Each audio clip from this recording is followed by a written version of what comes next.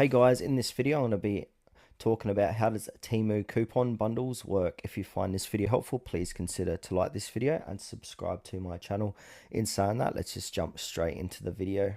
Alright, so basically Temu's coupon bundles are promotional offers that combine multiple discount coupons, collectively providing significant savings on purchases. So, for example, a $200 coupon bundle might consist of two $50 coupons and one $100 coupon, totaling $200 in discounts. So now how it works. So eligibility and acquisition. So these bundles are typically offered to new users upon signing up or during special promotions. They also might be available through referral programs or specific events.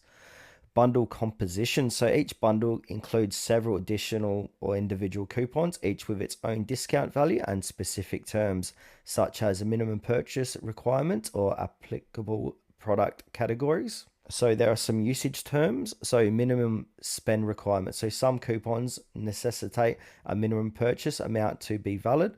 Category restrictions. So certain coupons may only be applied to specific product categories like electronics or clothing.